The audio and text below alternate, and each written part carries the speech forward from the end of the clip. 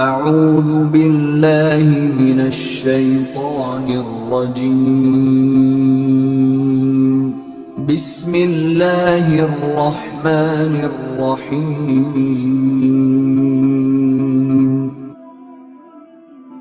اللہ تبارک و تعالی نے قرآن پاک کے اندر جو ارشاد فرمایا کہ فمن شہد منکم الشہر فلیصم، کہ تم میں سے جو کوئی بھی اس مہینے کو پائے، فمن شاہدہ، جس کو یہ مہینہ مل جائے، منکم الشہر، تم میں سے، تو فلیصم، اسے روزہ رکھنا چاہیے۔ اسے کیا کرنا چاہیے؟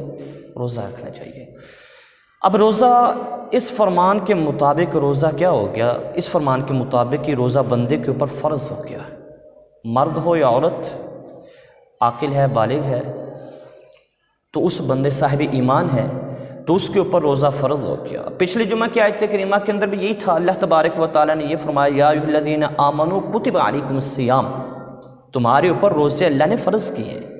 جس طریقے سے نماز فرض نہیں ہے، اسی طریقے سے سال میں ایک مہینہ، پورے سال میں صرف ایک مہینہ اللہ تبارک و تعالیٰ نے مومنوں کے اوپر روزوں کو فرض قرار دیا ہے۔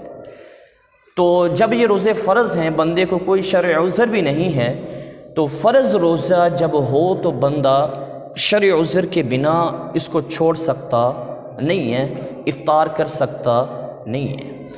میرے محبوب علیہ السلام کی بڑی پیاری حدیث واقعہ ہے، اور ان لوگوں کے لیے سبق ہے جو بغیر شرعی عذر کے روزے کو چھوڑ دیں، افطار کر لیں، روزہ نہ رکھیں، ان کے لیے یہ سبق ہے۔ کریم آقا علیہ السلام کی حدیث پاک اور اس کے راوی ہیں حضرت ابو ہریرہ رضی اللہ تعالی عنہ۔ میرے محبوب علیہ السلام نے فرمایا کہ جو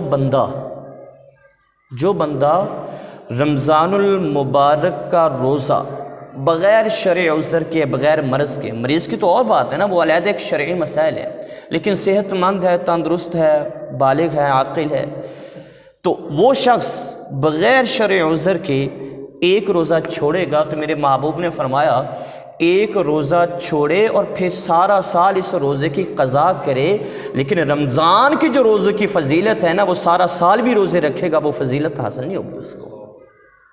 یعنی ایک روزہ چھوڑے رمضان المبارک کا، ایک روزہ بغیر شرعی عذر کے، اور پھر اس روزے کی قضا کے اندر اس کی فضیلت حاصل کرنے کے لیے وہ بندہ کیا کرے؟ سارا سال روزے رکھے، تو میرے محبوب نے فرمایا کہ رمضان کے ایک روزے کے برابر نہیں ہو سکیں گے وہ سارا سال کے روزے۔ اتنی فضیلت ہے رمضان کے روزے کی۔